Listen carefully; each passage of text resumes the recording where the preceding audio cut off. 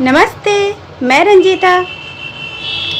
आज मैं आप सबके सामने एक ऐसी चीज़ ला के रखने वाली हूँ, आपको एक ऐसी बात बताने वाली हूँ जिससे आप कोई ख़ास तरह की टेक्निक नहीं कर सकते, मगर इससे विश आपकी सारी पूरी हो सकती हैं।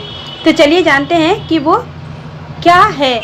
उससे पहले से एक बात आपसे कहना चाहती हूँ, हमारी ज़िंदगी में ऐसा बहुत कुछ है जिसके लिए हम अपने ईश्वर को, अपने भगवान को, अपने यूनिवर्स को, अपने खुदा को, अपने जिस भी धर्म से हो आप, उनको आप शुक्रिया कह सकते हैं। ऐसी बहुत सारी चीज़ें हमें मिली हुई हैं ईश्वर की तरफ से, मगर हम कभी भी उनका शुक्रिया नहीं कहते।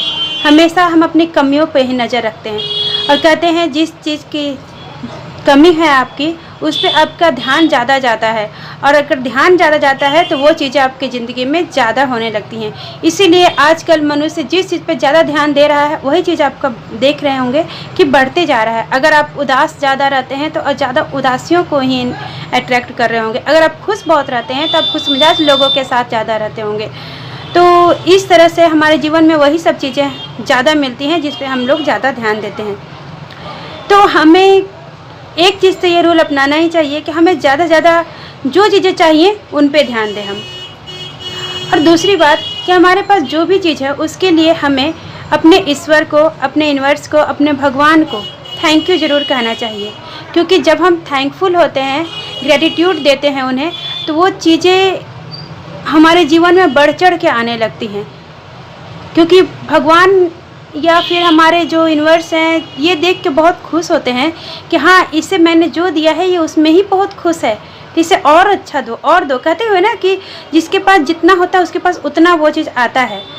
तो ये बात बिल्कुल इसी तरह से चरितार्थ होती है कि हमें हमेशा ग्रेटिट्यूड की भावना रखनी चाहिए जो जो अच्छी चीज़ें हमें मिली हुई हैं। तो सबसे पहले तो एक ग्रेटिट्यूड जर्नल हम लोग को लिखना चाहिए रोज़ रात में या सुबह सुबह ही, जब भी आपका दिल चाहे, जब भी आप फ्री महसूस करें, हल्का महसूस करें, खुशी महसूस करें, तो आप ग्रेटिट्यूड जर्नल लिखें। कोई ज़रूरी नहीं है कि उसमें कोई बहुत बड़ी चीज़ें आपको मिली हो, उसी को आप लिख सकते हैं।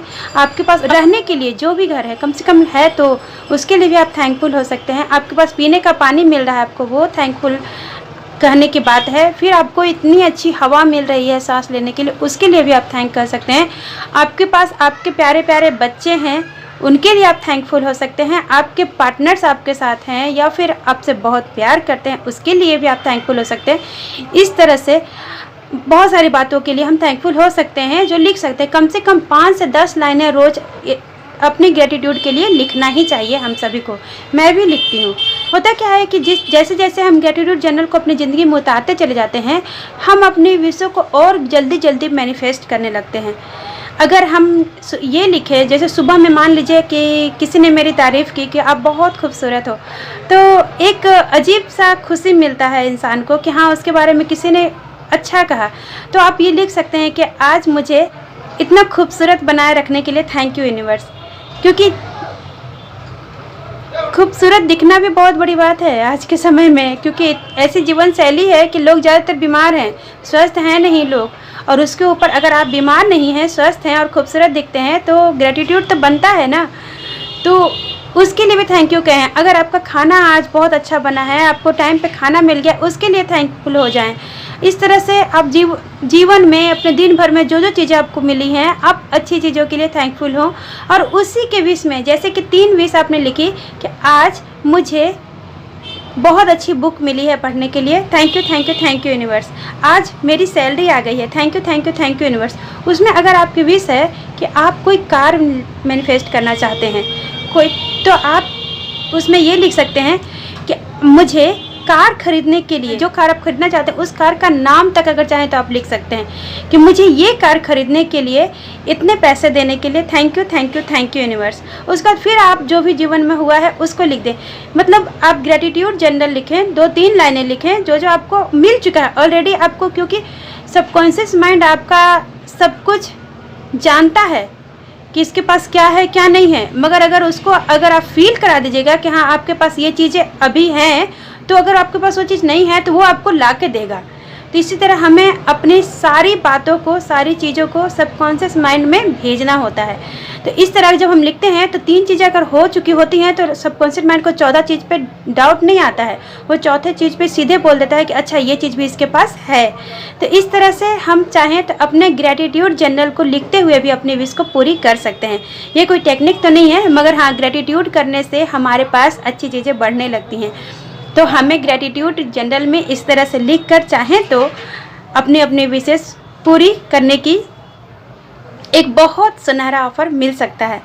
तो आप भी इस तरह से ट्राई करें। आप ग्रेटिट्यूड जर्नल को लिखें, उसमें ही अपनी विश को बीच बीच में आप डाल दें और फिर उसको कुछ दिन तक लिखें। उस विश हर दिन कोई नई बात जोड़ती ही चली जाएगी।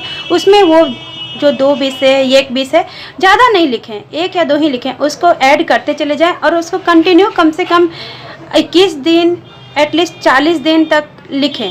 और उसके बाद जब आपको लगे कि अब इसको लिख के बोर हो गया हूँ या फिर नहीं लिखने का मन, या फिर अगर अपने आप से आप भूल गए हैं लिखना 21 दिन के बाद से, तो बहुत अच्छी बात है, और फिर आप उसे छोड़ दें।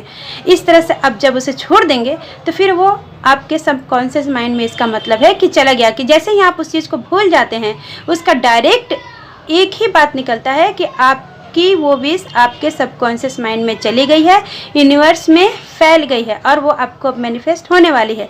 तो आप इस तरह से चाहें तो अपनी कोई भी विश बहुत आसानी से, बहुत आराम से, बिना बहुत ज़्यादा टेक्निक के लिए समय दे हुए भी कर सकते हैं, क्योंकि ग्रेटिट्यूड जर्नल लिखने में आपको बहुत से बहुत 10 से 15 मिनट का समय लगता है, मगर इससे आपकी सारी बड़ी से बड़ी विश, छोटी से छोटी विश भी पूरी हो सकती है। इस तरह से आप ग्रेटिट्यूड जर्नल लिखें और अपनी हर विश को पूरी करें। इस वीडियो में बस इतना ही। मिलते हो नेक्स्ट वीडियो में। तब तक के लिए आप सेल्फ लव करें, मेडिटेशन करें और खुश रहें।